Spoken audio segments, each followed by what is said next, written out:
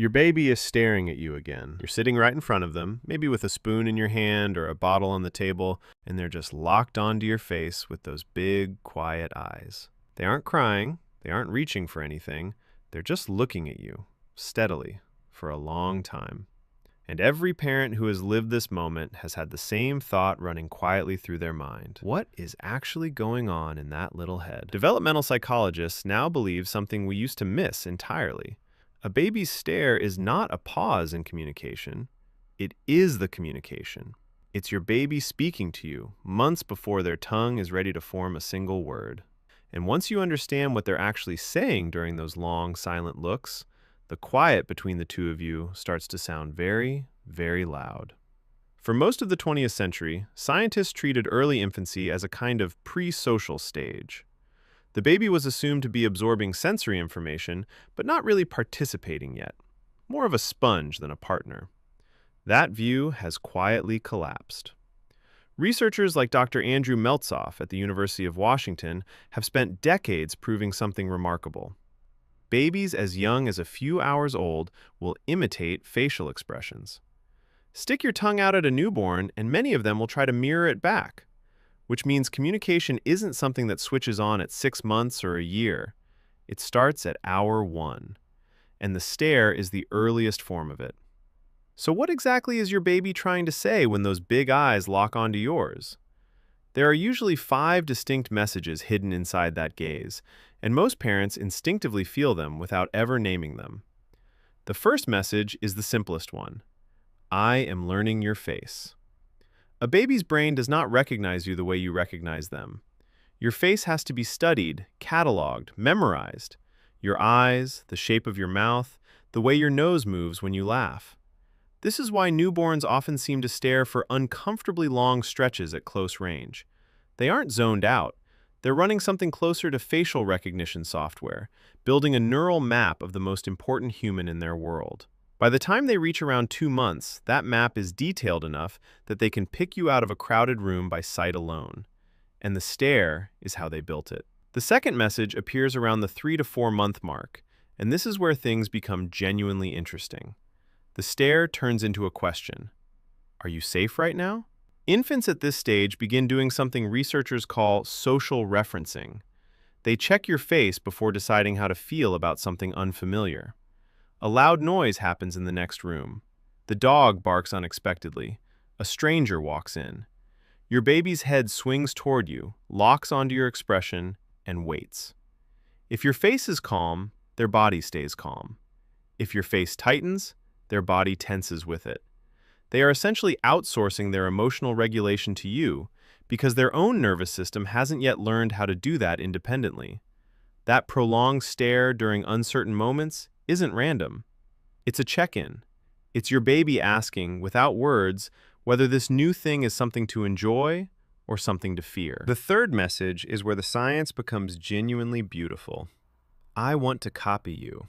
When your baby stares at your face and you smile slowly, watch what happens. A small delay, a flicker. Then, a tiny mirror of your smile appears on their own face. Dr. Colwyn Trevarthen at the University of Edinburgh called this primary intersubjectivity, the earliest form of shared experience between two human minds. Your baby is not just observing your face.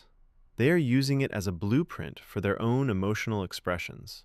Across thousands of these tiny mirroring moments, they construct the entire alphabet of human emotion. Joy, surprise, comfort, curiosity. Every expression they'll rely on for the rest of their life is drafted on your face first, then copied onto theirs. So when your baby stares and you smile back, you aren't just being affectionate. You are, quite literally, teaching them how to feel. And this connects to something most parents have noticed but never had the language for. Your baby seems to save certain looks just for you. Looks that feel different from how they gaze at the nanny, the grandparents, or the pediatrician. That difference is real, and it leads to the fourth message a baby's stare can carry. I want to connect. Attachment researchers have known for decades that infants use gaze the way older humans use hugs or holding hands. The prolonged look toward a trusted caregiver is called a bid for connection. It's a request for presence, not for any particular action. Dr. John Bowlby, who essentially founded attachment theory, described this gaze behavior as one of the earliest anchors of a secure emotional bond. When your baby turns their head, finds your eyes, and simply holds them, they aren't asking for a toy or a bottle or a diaper change. They're asking for you to be there, to be in the moment with them. That quiet stare you sometimes catch in the middle of a calm afternoon is the infant version of a small soul checking to see if another soul is still in the room with them. Before we get to the fifth message, there's something worth pausing on, because this is the part most parents feel without ever putting into words. Your baby stares at you far more than they stare at almost anything else in their world. More than colorful toys, more than television, more than moving objects across the room. Harvard pediatric researchers have documented that by 8 to 10 weeks old, infants show a clear visual preference for human faces, and specifically for the faces of their primary caregivers. You are not one more interesting thing in their environment. You are, to them, the most interesting thing on earth. That is a humbling kind of responsibility to carry. It also explains something almost every parent quietly senses, that this tiny person has chosen you, long before they could ever say the word. Now for the fifth message, which is the quietest of the five and easy to miss entirely. Something feels off, and I need you to notice.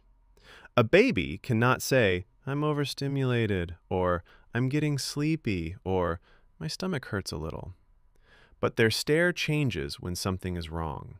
It becomes glassier, more distant, less responsive to your voice. The gaze may drift rather than lock on, or it may turn unusually intense in a way that feels different from their usual curious look. These subtle shifts are your baby's early warning system. Long before the cry arrives, the eyes have already started telling you something. Parents who learn to read these quieter stares often find their baby seems easier to soothe, not because the baby changed, but because the parent started catching the message sooner. Here is what pulls all 5 messages together. Your baby's stare isn't one behavior repeated over and over. It's an entire language made of pauses, attention, and eye contact. And like any language, it has vocabulary and grammar that gets richer with every passing week. According to the American Academy of Pediatrics, responsive gaze interactions during the first year are one of the strongest predictors of secure attachment and healthy emotional regulation later in life. Not expensive toys or educational videos, but something far simpler: eye contact, noticing, and steady presence. This is where many parents, especially exhausted ones, accidentally shortchange themselves. A moment of eye contact during a diaper change feels like nothing. A second of shared gaze over the feeding bottle feels unimportant. But dozens of those tiny moments a day are the entire foundation of your baby's developing brain. Dr. Daniel Siegel, in his book The Whole Brain Child, describes these micro-exchanges as the building blocks of what he calls integration, the healthy wiring between the emotional and thinking parts of the brain that will carry your child through the rest of their life. You don't have to manufacture long, meaningful staring contests every hour. Simply responding when your baby reaches for you with their eyes, when you notice their gaze and gently meet it back, is the whole game. So, the next time your baby locks eyes with you across the room, or over your shoulder while someone else is holding them, or through the slats of the crib first thing in the morning, pause for a second and take it in. They aren't just looking at you. They are telling you something.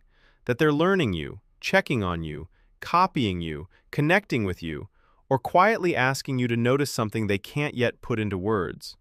You are already fluent in this language, even if no one ever told you that you were.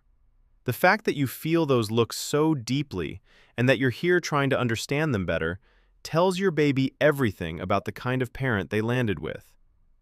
If this helped you see your baby's quiet moments a little differently, consider subscribing.